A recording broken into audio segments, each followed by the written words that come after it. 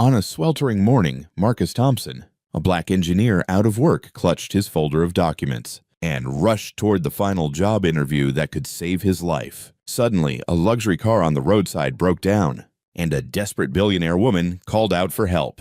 Marcus couldn't bring himself to ignore her and rushed over, his hands quickly covered in grease as time slipped away without mercy. When the engine finally roared back to life, Marcus smiled, only to realize he had just sacrificed his one chance at a future. He had no idea that this seemingly foolish act of kindness would set off a chain of events that would transform his entire life in ways he never could have imagined. Before we go back, let us know where you're watching from and subscribe because tomorrow I've got something extra special for you. Marcus Thompson's worn sneakers hit the cracked sidewalk in a rhythm that matched his racing heart. The manila folder pressed against his chest felt heavier with each step, like it was absorbing all his desperation and turning it into weight. His breath came out in short bursts as he pushed forward, weaving between people who seemed to have nowhere urgent to be. "God, please," he whispered, his eyes fixed on the bus stop ahead. "Just let today be different."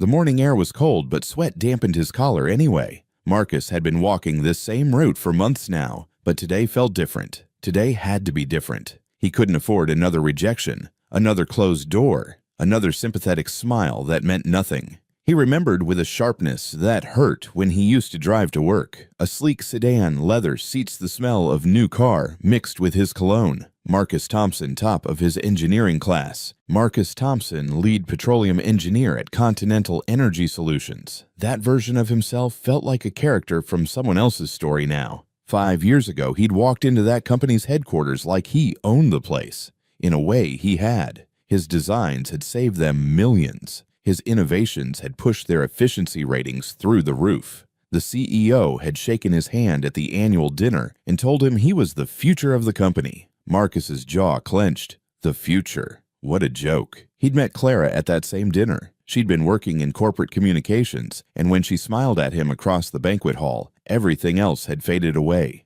She was beautiful, sure, but it was more than that. She'd looked at him like he was somebody. Like he mattered. They'd gotten married 18 months later. A small ceremony, nothing fancy, but Clara had been radiant. She'd whispered in his ear during their first dance that she couldn't wait to build a life with him, and Marcus had believed every word. The bus stop was just ahead now. Marcus slowed his pace, trying to catch his breath. He couldn't show up to job interviews looking like he'd just run a marathon. First impressions right, that's what all the career advice websites said. As if a pressed collar and a firm handshake could somehow compensate for being unemployed for 8 months. 8 months. It felt like 8 years. Continental Energy Solutions had gone down fast. One day, everything was fine. The next federal investigators were walking through the offices, and the news was breaking stories about fraud at the executive level. Marcus had nothing to do with it, of course. He was just an engineer keeping his head down doing his work. But when the company collapsed, it took everyone with it. The severance package had been laughable. 2 months' salary and a half-hearted letter of recommendation from a VP who'd already lined up his next position at a competitor. Marcus had tried to stay positive at first. He was good at what he did. Someone would hire him. The industry was always looking for talented engineers, wrong. Turns out, when a company goes down in flames amid scandal, everyone associated with it gets burned. It didn't matter that Marcus's name had never appeared in any of the investigations. It didn't matter that his work had been exemplary. He was tainted by association, and in a competitive job market, that was enough. The rejections had started polite. "We've decided to go in a different direction. Your qualifications are impressive, but we've found a better fit. We'll keep your resume on file." Then they'd stopped being polite. They'd just stopped responding altogether. Marcus reached the bus stop and leaned against the shelter, his folder still clutched to his chest. An older woman was already waiting her shopping bags at her feet. She glanced at him, then away quickly. Marcus was used to that look. He knew what he looked like these days, desperate, tired a man, barely holding it together. His phone buzzed in his pocket. For a second, hope flared in his chest. Maybe it was a callback. Maybe someone had actually looked at his resume and seen his potential instead of his misfortune. He pulled out the phone. It was Clara. "Where are you?" Her voice was sharp before he could even say hello. "At the bus stop. I'm going to—" "You know we need milk. You were supposed to pick it up yesterday." Marcus closed his eyes. Clara, I'm on my way to drop off applications. I can get milk on the way back. Applications. The word dripped with contempt. You've been dropping off applications for months, Marcus. Months. And what do we have to show for it? Nothing. I'm trying, he said quietly, aware of the woman at the bus stop, pretending not to listen. I'm doing everything I can. Well, it's not enough, is it? Clara's voice rose. We're about to lose the apartment. The apartment, Marcus. Do you understand that we're going to be on the street, and you're still walking around with your little folder like some college graduate looking for his first job?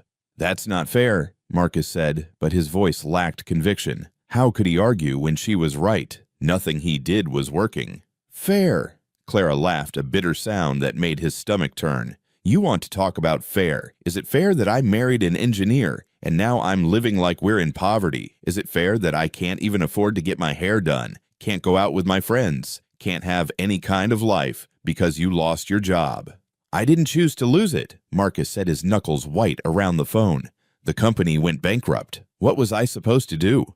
You were supposed to be better than this. Clara's voice had gone cold now, which was somehow worse than the yelling. You were supposed to be someone I could depend on. Instead, you're pathetic, Marcus. You're absolutely pathetic. The line went dead. Marcus stared at his phone for a long moment, Clara's words echoing in his head. Pathetic. When had she started seeing him that way? When had the woman who'd promised to stand by him through anything turned into this stranger who could barely stand to look at him? He knew the answer, though. It had been gradual, like watching paint peel. First came the worried looks when he came home empty-handed from job fairs. Then the disappointed sighs when he told her about another rejection. Then the complaints about money, about sacrifices, about the life she was supposed to have, the life he was supposed to provide. They'd sold his car first. That had hurt, but Marcus had understood the necessity. They needed the money to stay afloat. Clara had cried when the buyer drove it away, and Marcus had held her, promising it was temporary. They'd get through this together. Then they'd sold her jewelry. Then the furniture they'd saved up for.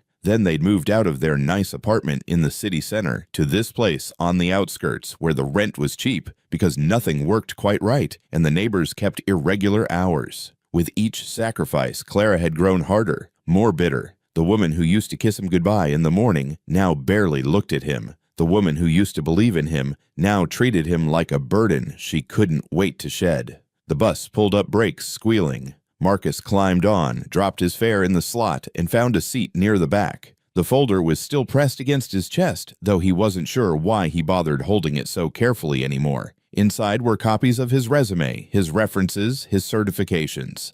All the proof that he used to be somebody. Used to be. Past tense. That's what his life had become, a series of things that used to be true. He used to be successful. He used to be respected. He used to have a wife who loved him. Marcus pressed his forehead against the window as the bus lurched forward. The city rolled past, full of people heading to jobs they had, lives they were living. He felt like a ghost passing through a world he no longer belonged to. His reflection stared back at him from the glass. He barely recognized himself anymore. The confidence was gone. The spark in his eyes had dulled. He looked tired, defeated, pathetic, just like Clara said. God, he whispered again, his breath fogging the window. I know I haven't been perfect. I know I've made mistakes. But please, please just give me a chance. Just one break. That's all I'm asking for. The bus continued its route, and Marcus continued his silent prayer, clutching his folder full of yesterday's achievements, hoping desperately that somewhere, somehow, today would be the day everything changed. He had no idea how right he was. The apartment was still dark when Marcus's phone rang at 6:30 in the morning. He'd been awake for an hour already, staring at the ceiling, listening to Clara's steady breathing beside him.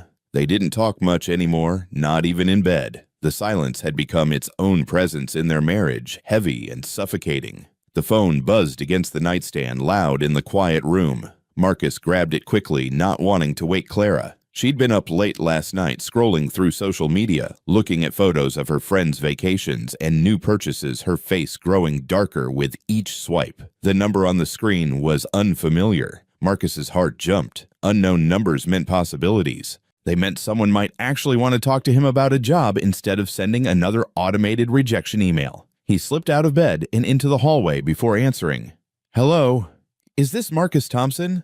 The voice was professional, female, efficient. Yes, this is Marcus.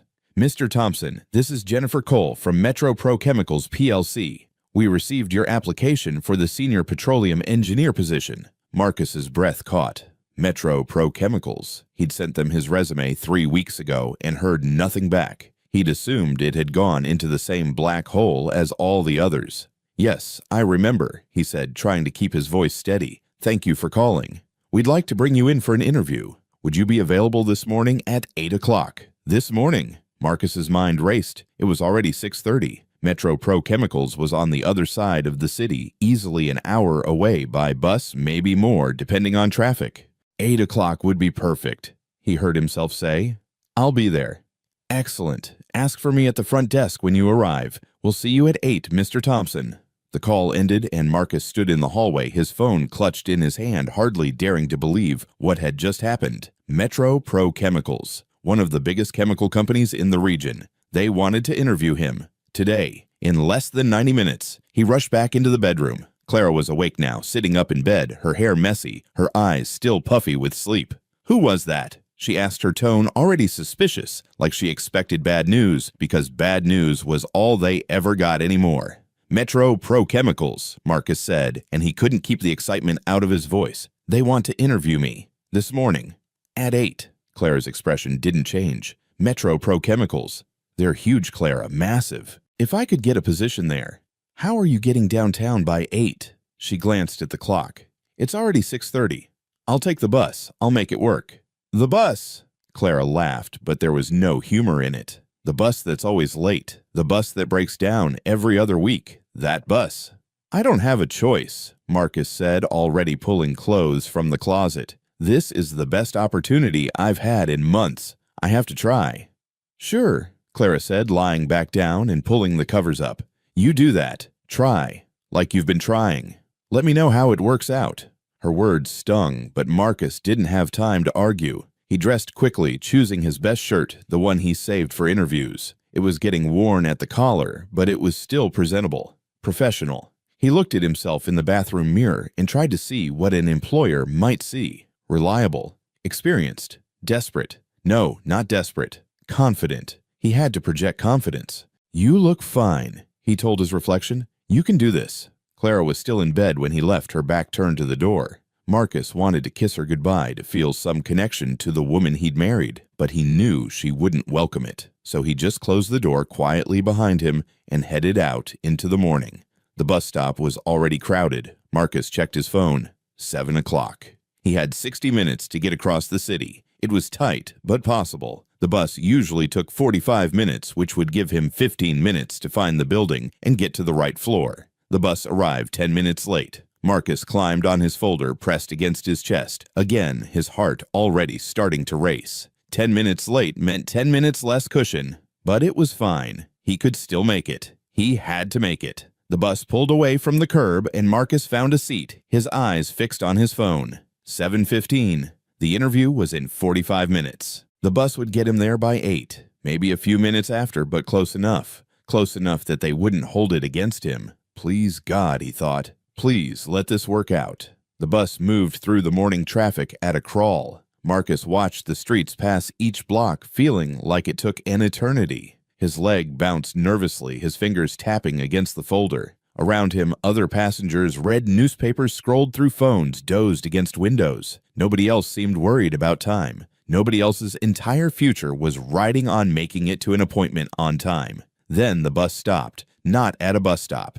Just stopped in the middle of the street, surrounded by cars on all sides. Marcus leaned forward, trying to see what was happening. Ahead, the traffic was completely gridlocked. Red brake lights stretched as far as he could see. Nothing was moving. Attention passengers, the driver announced over the intercom.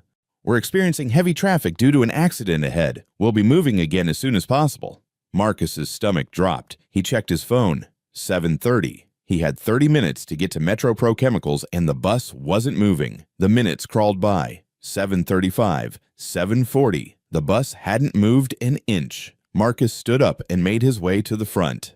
Excuse me, how long do you think we'll be stuck here? The driver shrugged. Could be 10 minutes, could be an hour. No way to know with these accidents. An hour. Marcus looked out the windshield at the sea of stopped cars. He was still 20 minutes away from Metro Pro Chemicals, and the bus wasn't going anywhere. "Is there a stop nearby?" Marcus asked. "Somewhere I could get off." "Next stop's 3 blocks back," the driver said. "But I can't reverse." Marcus looked at the gridlock around them, then at his phone. 7:45. If he stayed on this bus, he'd miss the interview. There was no question about it. But if he got off now, if he walked, it was at least 4 miles to Metro Pro Chemicals, maybe more. But at least he'd be moving. At least he'd have a chance. "Can you open the door?" Marcus asked. The driver looked at him like he was crazy. "We're in the middle of traffic." "I know, but I have somewhere I need to be. Please." Something in Marcus's voice must have convinced him, because the driver sighed and pressed the button. The doors hissed open. "Good luck," the driver said. "You're gonna need it." Marcus stepped off the bus and into the street. Cars honked immediately, drivers yelling at him to get out of the way. He squeezed between bumpers his folder held over his head and made it to the sidewalk. 7:47, 13 minutes to get 4 miles. It was impossible. Marcus knew it was impossible, but he started running anyway. Marcus's lungs burned. The morning sun was already hot, and sweat soaked through his shirt as he pushed himself forward. His dress shoes weren't made for running, and he could feel blisters forming on his heels with each stride, but he couldn't stop. He wouldn't stop. The streets were busy with morning commuters, and Marcus dodged around them, his folder still clutched in one hand. People stared at him, this sweating, desperate man in business clothes sprinting down the sidewalk like his life depended on it. Maybe it did. He checked his phone without slowing down. 7:52. 8 minutes until his interview. He'd covered maybe a mile, which meant he still had 3 to go. The math was brutal and unforgiving. Marcus cut down a side street, hoping for a shortcut. The neighborhood here was quieter residential, with tree-lined sidewalks and nice houses set back from the road. Nobody was out this early, except for a few people walking dogs or heading to their cars. That's when he heard it. "Excuse me, hello." The voice was soft, uncertain. Female. Marcus almost kept running. He didn't have time to stop. He didn't have time for anything except getting to Metro Pro Chemicals. But something made him slow down, made him turn around. A woman stood next to a car on the side of the road. An expensive car Marcus noticed automatically, sleek and black, and probably worth more than he'd made in a year, back when he was actually making money. The hood was up and the woman was standing beside it, looking lost and worried. She was in her early 30s, Marcus guessed, white with blonde hair pulled back in a professional style. She wore a business suit that probably cost more than his rent, and even from a distance, Marcus could tell she was wealthy. Everything about her screamed money and success, and a life that was going exactly according to plan. "Please," she called out when she saw him looking. "I'm so sorry to bother you, but my car broke down, and I don't know anything about cars, and there's nobody else around." Marcus looked at her, then at his phone. 7:54. 6 minutes. "I'm really sorry," he called back, "but I'm late for something important. I'm sure someone else will come along." He started to turn away, but her voice stopped him. "Please, I'm begging you. I have a meeting, and if I miss it, I'll lose a deal I've been working on for months. I know you're in a hurry. I can see that. But I'm desperate, and you're the only person here." There was real fear in her voice. Marcus looked at her again. Really looked at her this time. She wasn't just worried. She was scared. Her hands were shaking slightly and her eyes were wide. "I don't know anything about fixing cars," she continued, talking faster now. "My driver called in sick this morning, and I thought I could drive myself. But now this happened, and I'm alone, and I don't know what to do." Marcus stood frozen on the sidewalk. Every logical part of his brain was screaming at him to keep running. He had 6 minutes to get to the most important interview of his life. 6 minutes to save his marriage, his future. Everything he'd been fighting for. This woman's problems weren't his problems, but she was looking at him with such hope, such desperate need for help. And he knew what it felt like to be desperate. He knew what it felt like to need someone, anyone, to just give you a chance. "Please," she said again, softer now. "I wouldn't ask if I wasn't terrified of being stuck here alone. This neighborhood might look safe, but you never know. And I need help." Marcus closed his eyes. He thought about Clara, about her bitter words that morning, about the apartment they were about to lose, about the life that kept slipping through his fingers, no matter how hard he tried to hold on. Then he thought about the kind of man he used to be, the man who helped people, The man who did the right thing, even when it was hard. Was he still that man, or had months of rejection and failure and Clara's contempt beaten it out of him? He opened his eyes and looked at his phone one more time. 7:56. 4 minutes. Then he walked toward the woman and her expensive, broken-down car. "Okay," he said, "let me take a look." The relief on her face was immediate and overwhelming. "Oh my God, thank you. Thank you so much." "I'm Marcus," he said, already moving to the front of the car, his eyes scanning the engine. "Charlotte," she said, "Charlotte Whitmore, and I can't tell you how grateful I am." Marcus barely heard her. He was already focused on the car, his engineering brain automatically analyzing the problem. It didn't matter if it was petroleum processing equipment or a car engine mechanical systems, followed the same basic principles. He checked the obvious things first. Battery connections looked fine. No visible leaks. Nothing obviously broken. Then he noticed the air filter housing was slightly loose and one of the sensor connections had come unplugged.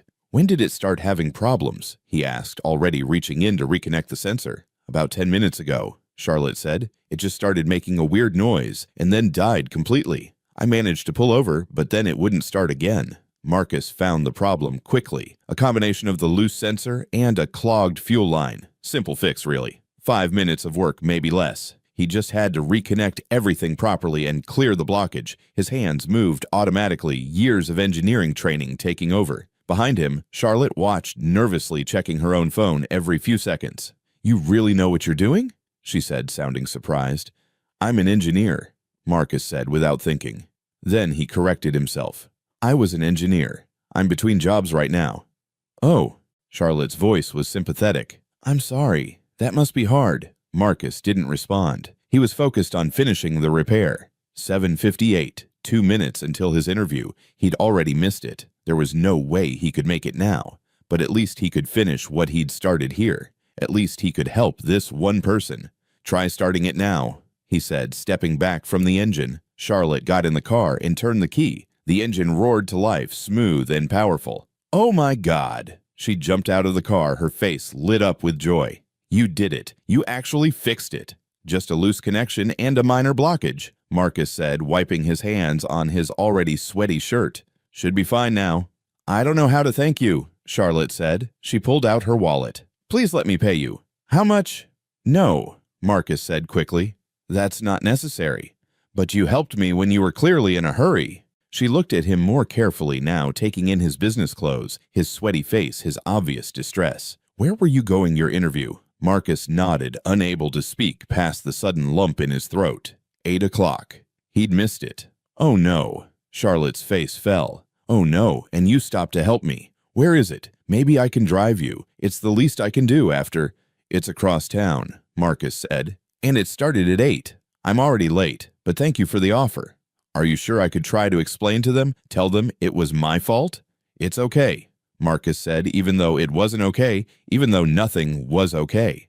"I made a choice. That's on me." Charlotte looked like she wanted to argue, but Marcus was already backing away. If he stood here any longer, he was going to break down, and he couldn't do that in front of a stranger. "Good luck with your meeting," he said. "Wait, at least let me get your number. I want to thank you properly, maybe buy you dinner or—" But Marcus was already walking away, his folder still pressed against his chest, heading in the direction of Metro Pro Chemicals, even though he knew it was pointless now. Behind him, Charlotte stood by her running car, watching him go, with an expression of concern and guilt. "Such a kind man," she whispered to herself. "I hope helping me doesn't cause him too much trouble." She had no idea how much trouble it would cause. Neither of them did. Marcus stood in front of Metro Pro Chemicals' towering glass building at 8:27, 27 minutes late. He'd run most of the remaining distance, his lungs screaming, his legs shaking, but he'd kept going because what else could he do? Give up, go home to Clara, and admit he'd failed before he'd even tried. The building was impressive, all steel and glass reaching toward the sky. Through the front windows, Marcus could see a pristine lobby with marble floors and modern furniture. This was the kind of place where successful people worked, the kind of place he used to belong. He took a moment to catch his breath and straighten his shirt. The fabric was wrinkled and damp with sweat. His hair was a mess. He looked exactly like what he was, a desperate man who'd run 4 miles in dress shoes. But he was here. That had to count for something. Marcus pushed through the revolving door and into the air-conditioned lobby. The cool air hit his sweaty skin, making him shiver. Behind a sleek reception desk, a woman in her 40s looked up at him. Her expression went from professional smile to something colder the moment she saw him. "Can I help you?" Her tone made it clear she wasn't sure she wanted to. "I have an interview," Marcus said, trying to sound confident despite his appearance. "With Jennifer Cole. My name is Marcus Thompson." The receptionist's eyes narrowed slightly. She typed something into her computer, her perfectly manicured nails clicking against the keys. "Your interview was scheduled for 8 o'clock, she said, not looking up from the screen. "I know. I'm sorry I'm late. There was an accident and traffic was completely stopped, and I had to." "Mr. Thompson." Now she did look up, and her eyes were hard. "Your interview was scheduled for 8 o'clock. It is now 8:28. That's 28 minutes late." "I understand that, but if I could just explain—" "There's nothing to explain." The receptionist's voice was sharp, cutting through his words like a knife. "Metro Pro Chemicals is a professional organization. We expect professionalism from our candidates. Showing up nearly half an hour late to an interview demonstrates a complete lack of respect for our time and a fundamental inability to manage your own schedule." Marcus felt his face flush. "Ma'am, I was on a bus that got stuck in traffic. There was nothing I could—" "I don't care about your excuses, Mr. Thompson." She folded her hands on the desk, looking at him like he was something unpleasant she'd found on the bottom of her shoe. "Everyone faces challenges. Everyone deals with traffic and unexpected problems. Successful people plan for those contingencies. They leave early. They prepare. They don't show up late with excuses." "I left with plenty of time," Marcus said, his voice rising despite himself. "I couldn't have known." "You should have known."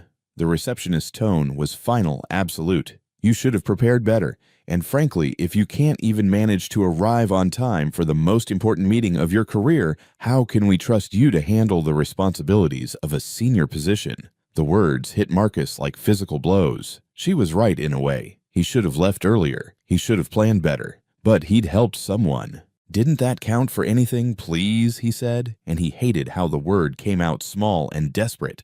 "Is there any way I could still meet with Miss Cole? I promise I'm qualified if you just look at my resume."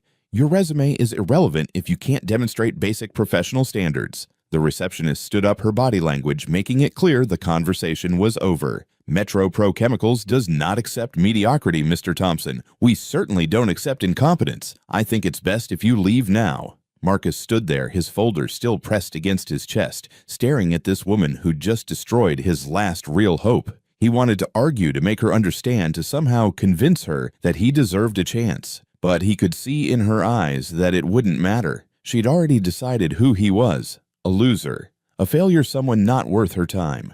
"I'm sorry for wasting your time," he heard himself say. "So am I." She sat back down, already looking at her computer screen, dismissing him completely. "Goodbye, Mr. Thompson." Marcus turned and walked back toward the revolving door. Each step felt heavier than the last. Behind him, he could feel the receptionist's judgmental gaze on his back. Around the lobby, other people in professional clothes glanced at him and then quickly away, like failure might be contagious. He pushed through the door and back out into the heat. The morning sun was bright now, almost blinding. Marcus walked to the edge of the building and leaned against the wall, his legs finally giving out. He slid down until he was sitting on the concrete, his head in his hands. "God," he whispered, "what did I do wrong? I was just trying to help someone. I was just trying to do the right thing." But the universe didn't answer. The city continued around him, busy and indifferent. People walked past, heading to jobs they had, lives that were working out. Nobody stopped to ask if he was okay. Nobody cared about the man sitting against the building with his whole world falling apart. Marcus pulled out his phone. He should call Clara. He should tell her what happened. But what would he say? That he'd missed the interview because he'd stopped to help a stranger fix her car. That his kindness had cost them their last real chance at stability. She'd never understand. She'd never forgive him. He almost wished he could go back to that moment on the street. Almost wished he'd just kept running, had ignored Charlotte's plea for help, had chosen himself over a stranger. Would that have made him a bad person, or would it have just made him smart? His phone buzzed. A text from Clara. "How did it go?" Marcus stared at the message. How did it go? How could he possibly answer that question? His thumbs hovered over the keyboard, then fell away. He couldn't tell her. Not yet. Not when he still had to figure out how to go home and face her. Not when he still had to find a way to explain that his kindness, the one thing he'd always prided himself on, had just destroyed their last hope. Marcus put his phone away and stood up. His legs were shaky and his feet hurt from the run, but he started walking. Away from Metro Pro Chemicals, away from his failure. He didn't know where he was going. He just knew he couldn't stay here staring at the building that had rejected him, thinking about all the ways his life had gone wrong. Somewhere in the city, Charlotte Whitmore was probably in her meeting, probably closing her deal, probably grateful to the kind stranger who'd helped her. She had no idea what her broken-down car had cost him. And Marcus, walking through the hot morning with his useless resume folder, wondered if kindness was really a virtue or just another word for being a fool. Marcus didn't go straight home. He couldn't. Instead, he walked for hours through the city, his feet blistering in his dress shoes, his shirt sticking to his back in the afternoon heat. He walked until the sun started to set, until his phone died from Clara's unanswered calls, until the exhaustion in his body almost matched the exhaustion in his soul. When he finally made it back to the apartment, it was almost 6 o'clock. The building looked shabbier than usual in the evening light with its peeling paint and cracked concrete steps. This was what their life had become, cheap, broken, barely holding together. Marcus climbed the stairs slowly. Each step felt like walking toward an execution. He could imagine Clara waiting inside her anger building with every hour he'd been gone, every call he hadn't answered. She'd want an explanation. She'd want to know why he disappeared, and he'd have to tell her the truth. The apartment door was unlocked. Marcus pushed it open and found Clara sitting on their worn couch, her arms crossed, her face set in an expression of cold fury. "Where have you been?" Her voice was quiet, which was somehow worse than if she'd been yelling. "I've been calling you all day." "My phone died," Marcus said, closing the door behind him. "Don't." Clara stood up. "Don't do that. Don't give me some simple excuse like that answers anything." "Where were you, Marcus? How did the interview go?" Marcus set his folder down on the table, the folder that had been pressed against his chest all day, that had absorbed his sweat and his desperation and his failure. "I didn't get the job," he said. "What do you mean you didn't get the job? Did they say they'd call you back? Did they say they wanted to think about it?" "I mean, I didn't even get the interview." Marcus couldn't look at her. "I was late. They wouldn't see me." The silence that followed was deafening. Marcus could feel Clara staring at him, could feel her processing what he'd just said. "You were late." Her voice was still quiet, but there was something dangerous underneath it now. "You were late to the most important interview you've had in months, the only real chance we've had at getting out of this nightmare. And you were late." "Clara, let me explain." "How?" Now her voice was rising. "How were you late, Marcus? You left here with plenty of time. You said you'd take the bus. Even with traffic, you should have made it. So, how the hell were you late?" Marcus took a breath. "The bus got stuck in traffic. There was an accident. Everything was completely stopped, so I got off and started walking. Running, actually. Then, how? On the way, I saw someone who needed help. A woman. Her car had broken down, and she was alone and scared, and she asked me to help her." Clara's eyes widened. "You stopped. She needed help." "You stopped." Clara's voice exploded through the apartment. "You stopped to help some random woman when you were on your way to an interview, when you were already running late. Are you out of your mind?" "She was scared," Marcus said, his own voice rising now. "She was alone on a side street and her car was broken and there was nobody else around. What was I supposed to do?" "Keep walking," Clara screamed. "You were supposed to keep walking. You were supposed to think about your wife, about your life, about your responsibilities, not some stranger." "I'm an engineer, Clara. I knew how to fix the car. It only took a few minutes." "A few minutes that cost us everything." Clara grabbed a glass from the table and threw it against the wall. It shattered pieces, flying across the floor. "Do you understand that? Do you? That was our chance. That was our way out, and you threw it away for a stranger. I couldn't just leave her there." "Yes, you could have. You absolutely could have. People leave other people all the time, Marcus. That's how the world works. You take care of yourself first, and then maybe if you have anything left over, you help others. But you don't destroy your own life for a stranger." Marcus felt something crack inside him. "Is that really what you believe? That we should only help people if it's convenient, if it doesn't cost us anything?" "Yes," Clara shouted. "Yes, that's what I believe, especially when we're barely surviving, especially when we're about to lose our apartment. God, Marcus, how can you be so stupid? How can you be so naive? I was trying to be a good person." "Well, congratulations." Clara's laugh was bitter and harsh. "You're a good person. You're such a good person that we're going to be homeless. Such a good person that I have to live in this dump because you're too kind to put your own family first. That's not fair. Nothing about this is fair." Tears were streaming down Clara's face now, but they were tears of rage, not sadness. "I married an engineer. I married someone successful, someone who had ambition and drive. And look at you now. You're pathetic. You're absolutely pathetic. You choose a stranger over your own wife, and you stand there acting like you did something noble." "Clara, please." "No." She wiped her eyes angrily. "No more please. No more chances. No more watching you fail over and over while you act like your kindness makes up for your incompetence." "What are you saying?" Clara walked to the bedroom. Marcus heard drawers opening, closet doors sliding. When she came back out, she was carrying a bag half full with clothes. "I'm saying I'm done," she said, her voice cold and final. "I'm done with this, with you, with pretending that things are going to get better when we both know they won't." "Clara, don't do this." Marcus moved toward her, but she held up a hand. "Don't touch me. Don't come near me." "Where will you go?" "Anywhere." She threw more clothes into the bag. "Anywhere is better than here. My sister's place, a friend's couch. Hell, a homeless shelter would be better than staying here and watching you destroy both our lives with your pointless kindness." "I love you," Marcus said, and his voice broke on the words. Clara stopped packing. For a moment, just a moment, her expression softened slightly. Then it hardened again. "I know you do," she said quietly. "But love isn't enough, Marcus. It never was. I need someone who can provide, someone strong, someone who puts me first. And you're not that person. You proved that today." She zipped up the bag and walked to the door. Marcus wanted to stop her, to throw himself on the ground and beg to promise he'd change, to somehow make her understand. But he knew it wouldn't matter. Clara had made up her mind. Maybe she'd made it up weeks ago, months ago, and had just been waiting for the right excuse to leave.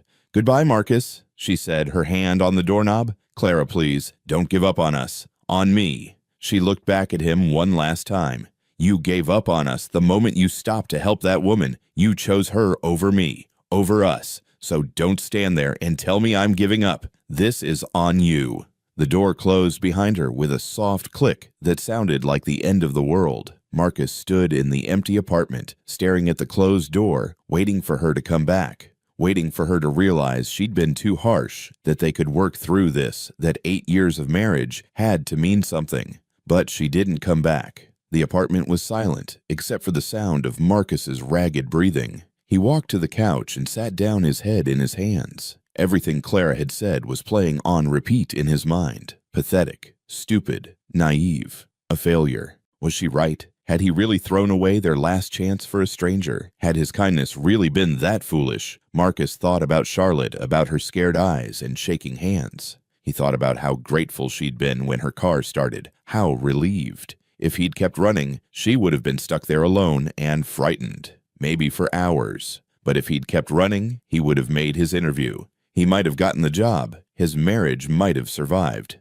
"God," he whispered into the empty room. "What did I do wrong? I was just trying to help. Why does doing the right thing have to cost so much?" The silence that answered him felt like judgment. A week later, an envelope arrived in the mail. Marcus recognized Clara's handwriting immediately. Inside were 2 things, their wedding ring and divorce papers, with a sticky note that read, "Sign these. Let's both move on." Marcus held the ring in his palm. It was small and gold, worn from years of wearing. He remembered buying it, remembered how excited he'd been, how sure that he and Clara would build a beautiful life together. He'd been so naive. Marcus set the ring on the table and picked up the divorce papers. The legal language was cold and clinical. Irreconcilable differences, division of assets, dissolution of marriage, the end of everything he'd built, reduced to legal terms on paper. He signed the papers that night, his signature shaky but final. Then he sat in the dark apartment holding Clara's ring and let himself finally break down and cry. He'd lost his job, he'd lost his wife, he'd lost his home, his dignity, his hope.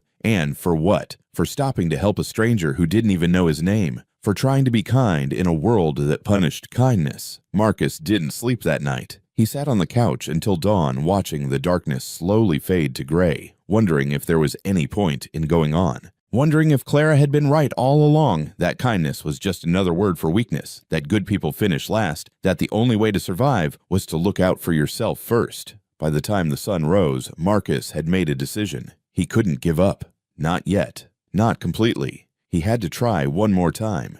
He had to find a way to survive, even if just to prove to himself that Clara had been wrong about him. He might be down, he might be broken, but he wasn't finished. Not yet. The construction site foreman looked Marcus up and down with skeptical eyes. The morning sun was barely up, casting long shadows across the dirt lot where heavy machinery sat idle waiting for the day's work to begin. "You ever done construction before?" The foreman was a thick-built man in his 50s, his skin weathered from years of outdoor work, his hands calloused and scarred. "No, sir," Marcus said honestly. He'd learned his lesson about embellishing the truth. "But I'm a hard worker. I'll do whatever you need." "You got an engineering degree, you said?" The foreman squinted at the resume Marcus had handed him, the same one that had been rejected by countless companies, now creased and worn from being carried around.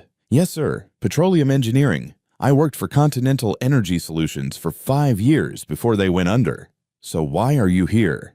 The foreman waved his hand at the construction site, at the half-built structures, the piles of lumber, the bags of cement. "This ain't exactly engineering work." Marcus met his eyes directly. "Because I need a job, any job. I'll carry bricks, mix cement, dig holes. Whatever you've got, I'll do it." The foreman studied him for a long moment. Marcus stood there trying to look capable despite the fact that his body was already tired from the walk here, despite the fact that his dress shoes, the only shoes he had left, were completely wrong for a construction site, despite the fact that everything about him screamed that he didn't belong here. "What happened?" the foreman asked. "How does a guy with an engineering degree end up begging for construction work?" Marcus could have lied, could have made up some story that made him sound less desperate, less broken, but he was too tired for lies. "Life happened," he said quietly. "Lost my job when the company collapsed.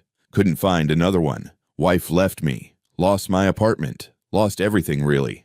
I just need a chance to work, to survive."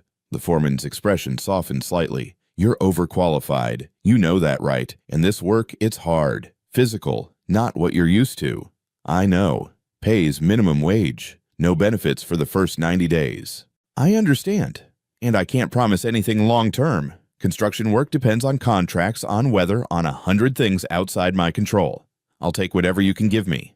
The foreman sighed and pulled out a clipboard. "Be here at 6 tomorrow morning. Wear work boots if you got 'em. Jeans and a t-shirt. Bring water and lunch. We work until 5 with a half-hour break at noon." Marcus felt relief wash over him so intense it almost brought him to his knees. "Thank you. Thank you so much." "Don't thank me yet," the foreman said. "First day will tell us if you can actually do this. A lot of guys with desk jobs think they can handle construction. Most of them are gone by lunch." "I won't be," Marcus said with a certainty he didn't entirely feel. The foreman looked at him one more time, then nodded. "We'll see. 6 a.m., don't be late." Marcus spent his last $20 on work boots from a thrift store. They were scuffed and worn, probably 2 sizes too big, but they'd have to do. He stuffed newspaper in the toes to make them fit better. That first morning, he was at the site at 5:30. The sky was still dark stars fading as dawn approached. Marcus stood by the gate, his new boots feeling strange on his feet, his borrowed work clothes hanging loose on his frame. He'd lost weight over the past months. Stress and skipped meals had carved away at him, leaving him thinner, harder, more angular. Other workers started arriving around 5:45. They looked at Marcus with open curiosity and barely concealed skepticism. He was the new guy, the outsider, the one who clearly didn't belong. "You the engineer?" one of them asked a younger guy with tattoos covering both arms. Word traveled fast, apparently. "Yeah, Marcus Thompson. I'm Jake." The young man didn't offer to shake hands. "Foreman says you're starting today." "No offense, man, but you don't look like you can handle this work." "I'll manage," Marcus said. Jake shrugged. "We'll see. Just try not to slow the rest of us down." The work started the moment the sun came up. The foreman assigned Marcus to a crew that was laying foundation for a new apartment complex. His job was simple in concept, brutal in execution. Move cinder blocks from the delivery pile to where the masons needed them. Each block weighed about 35 pounds. The delivery pile was 50 yards from the building site. Marcus had to carry 2 blocks at a time, walking back and forth, while the sun climbed higher and the temperature rose. By 9 o'clock, his arms were shaking. By 10, his back was screaming. By 11, he had blisters on his hands, despite wearing borrowed work gloves. "You okay?" Jake asked during a water break. He didn't sound mocking anymore, just genuinely curious. "I'm fine," Marcus said, even though he wasn't. Even though every muscle in his body was rebelling, demanding that he stop, that he admit this was too much. But he couldn't stop. He wouldn't, because if he couldn't do this, if he couldn't even manage basic construction work, then what was left? Where else could he go? What else could he possibly do? So he kept going. He carried blocks until his hands bled through the gloves. He hauled bags of cement until his shoulders felt like they might dislocate. He dug trenches until his back bent and refused to straighten. At noon, when everyone else sat down to eat their lunches, Marcus collapsed in the shade of the building. He'd forgotten to bring food. It hadn't even occurred to him that morning. "Here." Jake tossed him half a sandwich. "You look like you're about to pass out." "Thanks," Marcus managed. His hands shook as he unwrapped it. "You know," Jake said, biting into his own lunch, "most guys quit by now. Especially guys like you, guys with degrees and office experience. They think construction's easy until they actually try it." "I can't afford to quit," Marcus said simply. "Nobody can, but most people still do." Jake studied him. "What's your story, man? Why are you really here?" Marcus told him. Not everything, not the part about helping Charlotte, not the specific details of how Clara had left, but enough. About losing his job, about the months of searching, about hitting rock bottom and finding out there was still farther to fall. Jake listened without interrupting. When Marcus finished, he nodded slowly. "That's rough, man, but at least you're fighting. That counts for something." "Does it?" Marcus wasn't sure anymore. "Yeah," Jake said, "it does. Trust me." The afternoon was somehow worse than the morning. The sun was directly overhead, turning the construction site into an oven. The work didn't stop. If anything, it intensified. The foreman wanted the foundation finished by end of day, which meant everyone had to push harder, move faster. Marcus pushed through the pain. When his vision started to blur from exhaustion, he splashed water on his face and kept going. When he thought his legs might give out, he leaned against a wall for 30 seconds and then forced himself back to work. By 5 o'clock, when the foreman finally called it, Marcus could barely walk to his bus stop. His entire body was one massive bruise of pain, but he'd made it through the day. "Not bad," the foreman said, handing him a timesheet to sign. "You'll be back tomorrow." "Yes, sir," Marcus said. "Good. You're slow and you've got no technique, but you didn't quit. That's more than I can say for most." It became a routine. Wake up at 5. Walk to the site. Marcus couldn't afford the bus every day, so he walked the 3 miles, saving the fare for days when he was running late or the weather was bad. Work until 5. Walk home. Collapse. Sleep.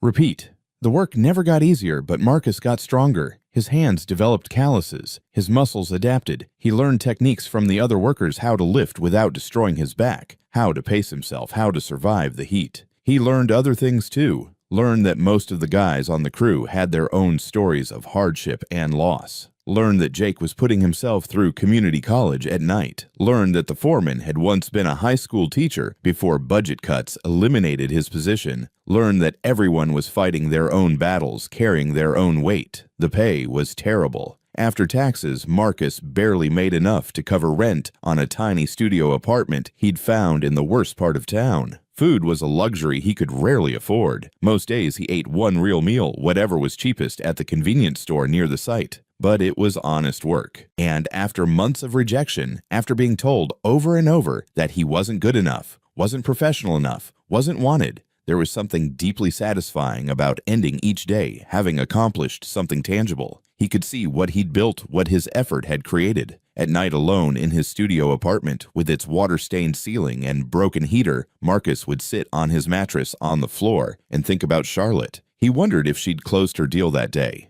He wondered if she ever thought about the man who'd helped her. He wondered if she had any idea what her broken-down car had cost him. But he tried not to be bitter about it, tried not to regret his choice, because even now, even after everything he'd lost, Marcus couldn't quite bring himself to wish he'd left her stranded. She'd been scared and alone, and he'd helped her. Maybe that had been stupid. Maybe Clara had been right that kindness was a luxury he couldn't afford. But it was who he was. And if he lost that, if he became the kind of person who could walk past someone in need, then what would be the point of surviving anyway? 3 weeks into the construction job, Marcus received an envelope in the mail. Inside were the signed divorce papers and a brief note from Clara's lawyer. It was official now. 8 years of marriage dissolved. Over. Done. Marcus put the papers in a drawer and went to bed early. He had to be up at 5 for work. 6 weeks after Marcus started at the construction site, the crew was transferred to a new project. A massive development on the north side of the city luxury apartments, the foreman explained. Government-subsidized housing for low-income families designed to look upscale. A big contract, lots of work, potentially months of steady employment. Marcus didn't care about the details. He just cared that his job was secure for a while longer. The new site was enormous. Multiple buildings in various stages of construction, heavy machinery, everywhere, hundreds of workers from different companies, all working on different aspects of the project. It was chaos, but organized chaos, everyone moving with purpose. Marcus's crew was assigned to one of the partially completed buildings. Their job was finishing the interior work, drywall, flooring, basic fixtures. It was different from the foundation work Marcus had been doing, but he adapted. He was good at adapting now. Good at doing whatever was needed without complaint. The days fell into the same rhythm as before. Wake up, work, survive, sleep, repeat. Then on a Tuesday morning, 3 weeks into the new site, everything changed. Marcus was mixing mortar in a large plastic tub, his shirt already soaked with sweat, despite the early hour. The work was mindless. Rhythmic add water stir, add more cement powder stir again. It gave him time to think, which wasn't always a good thing. He was thinking about Clara, about their wedding day when she'd looked at him like he was everything she'd ever wanted, about their first apartment, how they'd laughed while trying to assemble furniture from confusing instructions, about the moment he'd known the marriage was really over when she'd looked at him with contempt instead of love. "Excuse me, are these the plans for Building C?" The voice was female, cultured, confident, the kind of voice that belonged to someone important, someone with authority. Marcus didn't look up. Important people didn't talk to construction workers unless they needed something, and whatever they needed, it wasn't from him. "Building C is that way, ma'am," Jake called out from nearby. "This is Building A." "Oh, thank you. And where can I find the site supervisor?" "Foreman's office is in that trailer, the blue one." "Perfect. Thank you so much." Marcus continued mixing mortar, his mind already drifting back to memories he couldn't quite let go of. He didn't register the footsteps approaching him. Didn't register that someone had stopped, was standing nearby, was staring. "Marcus." The voice was tentative now, uncertain, and something about it made Marcus freeze his mixing stick, suspended in the gray paste. He knew that voice. Marcus looked up slowly, and his world tilted sideways. Charlotte Whitmore stood 5 feet away, wearing an expensive navy suit, her blonde hair pulled back, her eyes wide with shock. She looked exactly the same as she had that morning on the side street, polished, professional, successful. Everything Marcus used to be and wasn't anymore. For a moment, neither of them moved. They just stared at each other, the construction site noise fading into background static. "It is you," Charlotte breathed. "I can't believe, what are you doing here?" Marcus became acutely aware of how he must look. Covered in dust and sweat, mixing mortar in a plastic tub, wearing clothes that had seen better days. He was a construction worker, and she was whatever she was. Someone important enough to inspect this massive development project. Someone who existed in a completely different world. "Working," Marcus said simply. He set down the mixing stick and stood up, wiping his hands on his jeans. "I work here." Charlotte's eyes moved over him, taking in every detail. Her expression was confused, concerned, like she was trying to solve a puzzle that didn't make sense. "But you're an engineer," she said. "You told me that day. You fixed my car. You clearly understood complex systems. This," she gestured at the construction site. "This doesn't make sense." "Life doesn't always make sense," Marcus said. He could feel the other workers watching now, curious about why some fancy lady was talking to Thompson. "Can we talk?" Charlotte asked. "Privately." Marcus glanced at the mortar he'd been mixing, then at Jake, who nodded. "Go ahead, man. I'll cover for you." Marcus led Charlotte away from the building to a quieter area near the fence that surrounded the site. His heart was pounding, though he couldn't quite say why. Embarrassment, maybe, or residual anger at how that morning had turned out. or just the surreal feeling of these two parts of his life before and after colliding. "I've thought about you so many times," Charlotte said once they were alone. "That morning when you helped me, I wanted to thank you properly, but you left before I could get your information. I've felt guilty about it for weeks, worrying that I'd made you late for something important." Marcus almost laughed. "Made him late. That was one way to put it. You did make me late," he said. "But that's not your fault. I made a choice to stop and help you." "What were you late for, your interview?" "Yeah." "Did they reschedule? Did you explain what happened?" Marcus shook his head. "They wouldn't see me. Said being late showed I was unprofessional, incompetent, not the kind of person they wanted." Charlotte's face went pale. Oh my God, Marcus, I'm so sorry. If I'd known." "It's okay," Marcus said, even though it wasn't. "You needed help. I helped you. That's all there is to it." "But your interview is long over." Marcus's voice was flat, emotionless. He'd learned not to feel too much about what had happened. Feeling too much made it impossible to function. It was for Metro Pro Chemicals. Would have been a good job. Senior petroleum engineer. But I missed it, and that was that. Charlotte looked like she might cry. "Because of me. You lost that opportunity because you stopped to help me." "Yeah." What else was there to say? "What happened after that? How did you end up?" She gestured vaguely at the construction site, and Marcus found himself telling her everything. Maybe because he was tired of carrying it alone. Maybe because she was part of the story, and she deserved to know how it ended. Maybe because talking to someone from his old life, his real life, made him remember that he used to be more than this. He told her about going home to Clara, about her rage and contempt, about her leaving, about the divorce papers, about losing everything he'd built, about months of searching for engineering work and finding nothing but rejection, about finally accepting that he had to do something, anything, to survive, about ending up here carrying blocks and mixing mortar for minimum wage. Charlotte listened without interrupting. As Marcus talked, he watched her face shift through emotions, shock, guilt, sadness, anger. When he finished, they stood in silence for a long moment. "Your wife left you," Charlotte said quietly, "because you helped me. She left because she thought I was a failure. Helping you was just the final proof." "She's wrong." Charlotte's voice was fierce now. "You're not a failure. You're the opposite of a failure. You're one of the most decent people I've ever met." Marcus shrugged. "Decency doesn't pay rent." "No, but it should count for something." Charlotte pulled a business card from her purse. "This is my card. I want you to call me tomorrow morning. Please." Marcus looked at the card. Charlotte Whitmore, CEO, Whitmore Industries. He almost laughed. Of course she was a CEO. Of course the woman whose car he'd fixed had turned out to be rich and powerful. The universe really had a sense of humor. "I don't need charity," he said. "It's not charity." Charlotte pressed the card into his hand. "It's justice. You lost an opportunity because you helped me. The least I can do is give you another one." "I appreciate the thought, but—" "Marcus." Charlotte grabbed his arm, her eyes intense. "Please, let me do this. I've been thinking about you for weeks, hoping you didn't suffer too much for helping me. Now I find out you lost everything. Your job, your wife, your whole life. I can't just walk away knowing that." "I won't." Marcus wanted to argue, wanted to maintain his pride, his independence, but the truth was he was barely surviving, and Charlotte was offering him something he didn't know what exactly, but something that might change everything. "Okay," he heard himself say. "I'll call you tomorrow." Charlotte's relief was visible. "Thank you. Call me at 9. We'll talk then." She walked away back toward the site office, and Marcus stood there holding her business card, his hands still dusty from mixing mortar. Jake appeared at his elbow. "Dude, who was that?"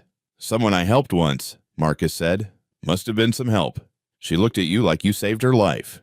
"Just fixed her car," Marcus said, but even as he said it, he wondered, had saving her meeting that day been like saving her life? And if so, did that mean he deserved something in return, or was kindness supposed to be its own reward, requiring nothing back? He didn't know. He just knew that Charlotte's card felt heavy in his pocket for the rest of the day, full of possibility and hope, and things that scared him more than another day of construction work. Marcus called Charlotte at exactly 9 the next morning from a payphone near the construction site. His cell phone had been shut off weeks ago, just another bill he couldn't afford. She answered on the first ring. "Marcus?" "Yeah, it's me." "I'm so glad you called. Can you meet me at my office this morning?" Marcus looked down at his work clothes, at his dusty boots. "I'm supposed to be at work." "Call in. Tell them it's an emergency. Please, Marcus, this is important." Something in her voice convinced him.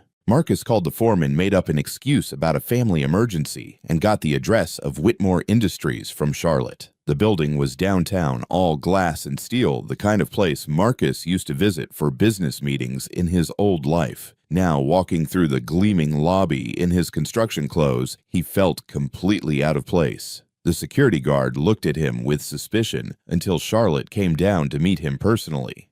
"Thank you for coming," she said, leading him to a private elevator. "I know this must be strange." "Little bit," Marcus admitted. Charlotte took him up to the executive floor and into her office. It was enormous, with floor-to-ceiling windows overlooking the city modern furniture, original artwork on the walls. This was the office of someone who'd made it, who'd succeeded beyond most people's wildest dreams. "Sit," Charlotte said, gesturing to a chair across from her desk. "Can I get you anything coffee water?" "I'm fine," Marcus said, though he wasn't. He was nervous and confused, and still half convinced this was some kind of elaborate setup for humiliation. Charlotte sat down across from him, her hands folded on the desk. "I didn't sleep last night. I kept thinking about what you told me about everything you lost because you stopped to help me. It's not right, Marcus. It's not fair." "Life's not fair," Marcus said. "I've learned that." "Maybe not, but sometimes we can make it fairer." Charlotte pulled out her phone and made a call. "David, can you come to my office? I have someone I want you to meet." 5 minutes later, a man in his 60s entered the office. He was tall, distinguished, with gray hair and sharp eyes. He wore an expensive suit and carried himself with the confidence of someone who'd spent decades in positions of power. "Marcus Thompson, this is David Richardson. He's the CEO of Whitmore Petroleum and Chemical, one of our subsidiary companies." Marcus stood and shook David's hand, feeling acutely aware of how grimy his own hand was compared to David's perfectly manicured one. "Charlotte told me about you," David said, his voice warm despite his formal appearance. "She told me what you did for her and what it cost you. I have to say, I'm impressed." "I just helped someone who needed it," Marcus said uncomfortably. "Exactly." David sat down and gestured for Marcus to do the same. "Charlotte showed me your resume last night. MIT graduate, 5 years at Continental Energy Solutions. Impressive projects. Efficiency improvements that saved your company millions. You're clearly talented." "Was talented," Marcus corrected. "That was a long time ago." "Talent doesn't disappear," David said. "And from what Charlotte tells me, you're also the kind of person who stops to help someone even when it costs you everything. That's rare. That's valuable." Marcus didn't know what to say. He just sat there waiting for the other shoe to drop, waiting to find out what they really wanted from him. "We have an opening," David continued. "Technical Operations Manager at Whitmore Petroleum. It's a senior position. Good salary, full benefits, company car. The works." Marcus's heart started pounding. "You're offering me a job." "I'm offering you an interview," David corrected gently. "But I've already reviewed your credentials, and assuming you can demonstrate that your skills are still sharp, I'm prepared to make an offer." "I don't understand," Marcus said. "Why? Why would you do this?" Charlotte leaned forward. "Because you deserve it, because you're qualified, and because you sacrificed your own opportunity to help someone else. That's not something we want to punish, Marcus. That's something we want to reward. But Marcus struggled to find words. "I've been out of engineering for almost a year. I'm not the same person I was." "Maybe you're better," David said. "You've seen the bottom. You've done physical labor. You understand what real work is. Those are things that can't be taught in a classroom." He pulled out a folder. "I had HR put together a technical assessment, basic engineering principles, problem solving, that sort of thing. If you can pass it, the job is yours." Marcus took the folder with shaking hands. Inside were pages of engineering problems, thermodynamics, chemical processes, efficiency calculations, things he used to do in his sleep.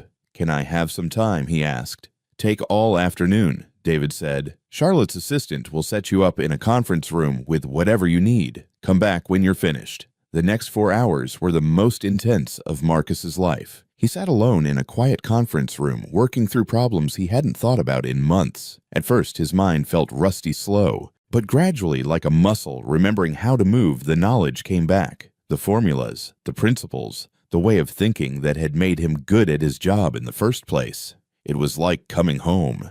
By the time Marcus finished, the sun was starting to set. He walked back to Charlotte's office and handed David the completed assessment. David flipped through it quickly, his expression unreadable. Then he smiled. "When can you start?" Marcus stared at him.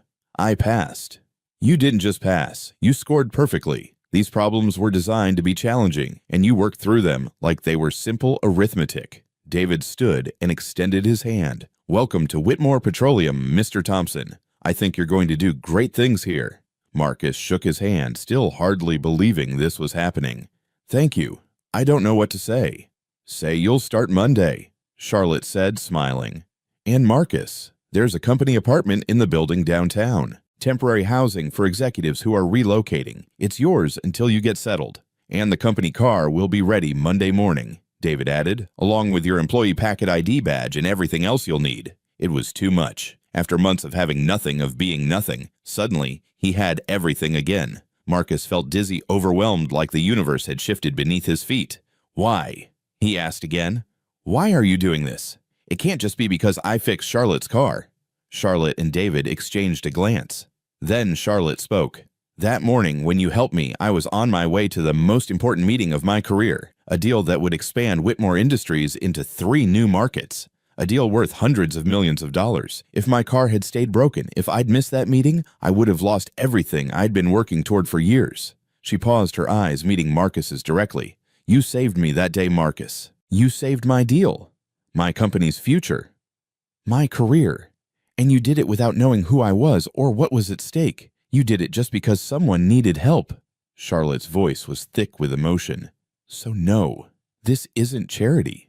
This is me paying a debt I'll never be able to fully repay." Marcus felt tears stinging his eyes. He'd spent so long thinking his kindness had been a mistake, that helping Charlotte had ruined his life, but maybe, just maybe, it had actually saved it. "Thank you," he whispered. "Both of you. Thank you."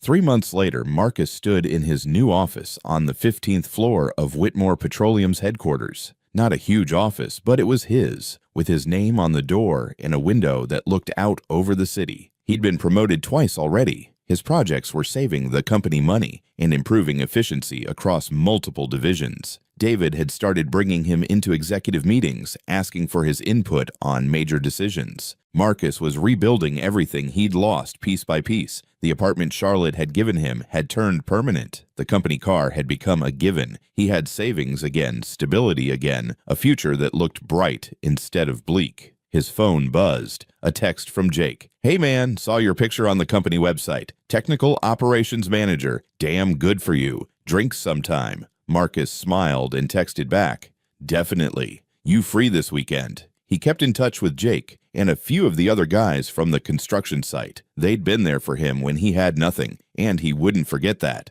Wouldn't forget where he'd been or how easily everything could fall apart. A knock on his office door interrupted his thoughts. Marcus looked up to see Charlotte standing there holding 2 coffee cups. "Got a minute?" she asked. "For you always." Charlotte handed him a coffee and sat down across from his desk. "I have a proposition. We're expanding into renewable energy, wind farms, solar installations, the whole works. David and I want you to head up the technical side of the operation." Marcus's eyebrows rose. "That's a massive undertaking." "I know. That's why we need someone brilliant, someone who can think creatively and solve complex problems, someone who doesn't give up when things get hard." Charlotte smiled. "Someone like you."